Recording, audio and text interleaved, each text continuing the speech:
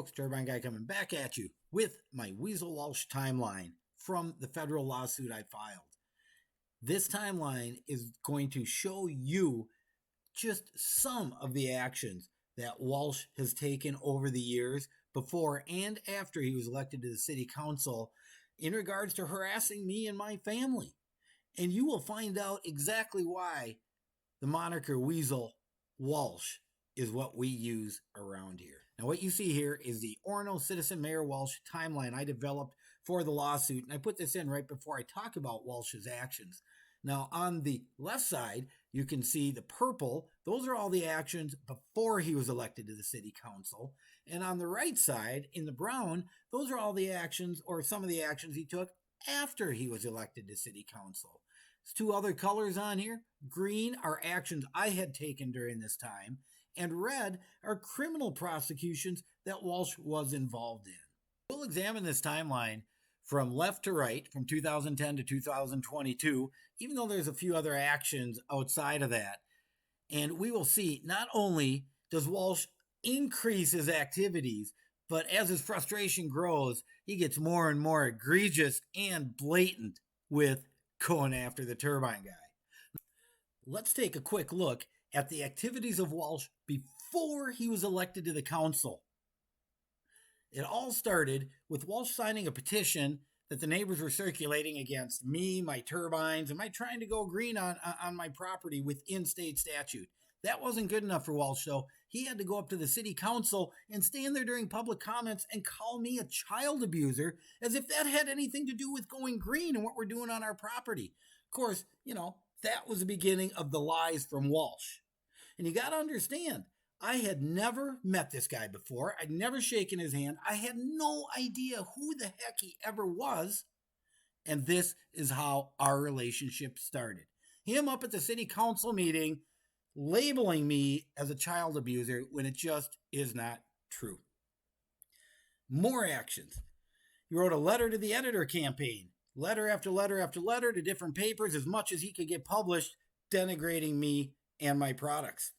He actually got FBI investigators, former FBI investigators, to go around the neighborhood here and try to dig dirt up on me. Heck, who has former FBI guys investigate their neighbor? Not the Turbine Guy. He actually came down at one point and stood out in the street and threatened my family, to my wife and to my son. She said, I know where your kids go to school. I know where your mortgage is. I know where you work. And he's taking pictures of her this whole time. Talk about creepy. But that's what Walsh did. Walsh also instigated a curb investigation. Yes, an investigation of the curb I put in front of my house to direct city stormwater off of my property and out of my basement. He somehow got the city to do a second investigation of my curb. Talk about crazy. And then the false police reports start. He's standing on the neighbor's boathouse calling 911, telling the operator that I was going to put a wind turbine to the jet ski, tie it, and pull it out into the lake. None of this working to really get me. He publicly calls out to target my property, to target me, my wife, and our property for 100% complete zoning compliance. Something which has never been done in the city of Orono before. But as you're going to find out, this is just the beginning. And that's when Walsh started ramping up the rhetoric. 2 false police reports he filed in one day in June in 2014, which led to, as you can see down there, the first one was a disorderly conduct prosecution for which a Turbine Guy was exonerated, found not guilty by a jury of my peers, when Walsh was found to have lied on the witness stand on numerous occasions, perjuring himself like never before. The second false police report, he tried to claim that I was threatening and intimidating his witness at the post office, and it turned out the lady said, no, Nygaard didn't even come in at that point. Now, Walsh filed that one off secondhand knowledge from somebody else, not something he witnessed. 2 false police reports, one day, being the lead witness in a criminal prosecution against someone. Wouldn't you think, like anybody else, that would lead to a conflict of interest? That Walsh had at that point excluded himself from being able to participate on anything related to the Turbine Guy or his property or his business? Not in Walsh's mind and not in anybody's mind up at the city. Well, shortly after Walsh filed those two false police reports was when he was elected to the city council, and boom, ramp it all up one more notch yet again. Walsh actually at one point called to target the Nygaard property during a city council meeting. He actually argued that our property should be targeted for 100% zoning compliance like nobody else in Orono. We are such bad characters. And then the next meeting, he called for the vote to target our property. And then shortly after calling to target our property was when the Turbine guy was found not guilty in court and Walsh had perjured himself. Well, that wasn't enough for Walsh. Angry guy that he is, he had to get the Turbine guy. So what does he do next? In June of 2016, he forms a mirror company of mine, Go Green Energy LLC Corporation. That's right, my company's Go Green Energy LLC, and he formed Go Green Energy LLC Corporation while he was a sitting, get this, sitting city council member. I mean, to you and me, that sounds unethical, wrong, and a conflict of interest. And as you can see on this chart, I've got him conflict of interest right there. Walsh, financial conflict of interest from that point on. But does that stop Walsh? No. Walsh continues to abuse and use his position of power and your tax money to go after us. Then in late 2016, Walsh was elected mayor, and the Turbine guy never stood a chance once he gained full control of the Orono Council and staff.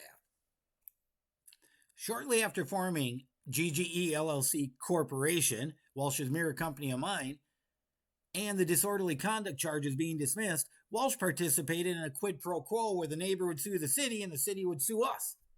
And the city did sue us. Instead of simply dismissing the case, saying you can't tell us who to sue, they waited 18 months to do that. During the whole time, even though Walsh had this conflict of interest with Go Green Energy LLC Corporation that mirrored my company, he participated in, voted in, and pushed the city hard as he could to keep going after us. And they won, which is crazy. They won through all of that. But what's frustrating about this is right after that, Walsh filed an election complaint against the Turbine guy and a lawsuit for defamation against the Turbine guy. I had nothing to do with any of it, and it was mysteriously withdrawn with no explanation months later at a cost of thousands and thousands of dollars to the Turbine guy. So, costing me all this money, abusing the legal system, personally and with the city. While that's going on, I had another turbine. I had a contract in Orono to have a hybrid light pole in Orono, and he forced the guy to take it down, or he would not support him in this gentleman's lawsuit against the county. The city would not support him. So, knowing that having another wind turbine in Orono during the time that Orono was suing me, not just for my flag poles, basketball, or my clotheslines, and everything else I have on my property, including 2 micro wind turbines, that if there was another wind turbine in Orono, that would affect their lawsuit negatively. So Walsh took it upon himself to put his knee on the neck of this gentleman to force him to take that down. This is all in my lawsuit, tortious interference. Well, at one point I had enough. I absolutely had enough. I discovered Walsh's GGE LLC Corporation, who was forced to dissolve it, but he'd already created not just this conflict of interest, but the previous conflict of interest when he falsely had me criminally prosecuted. So I filed 3 complaints with the city, to the administrator, to the city council, to the chief of police, and I never got a response from any of them. You all need to investigate this activity by Walsh going after me and my company. Nope. Not only did they not investigate, not reply, not do a damn thing, they kept the lawsuit going after me, my wife, and my business. Walsh participated in and ensured that I could not get a minor property line adjustment that nobody would ever have known about. I owned both properties. There was no opposition in the community. It would fix a 100-year-old thing, like Walsh likes to say, as he's giving away Orono property to his buddies. I could not get a minor property line adjustment, and he should not have participated. The guy had a conflict of interest. So here you can see Orono citizen Mayor Walsh timeline that I had to develop for this lawsuit to help make sense of all the nefarious activity.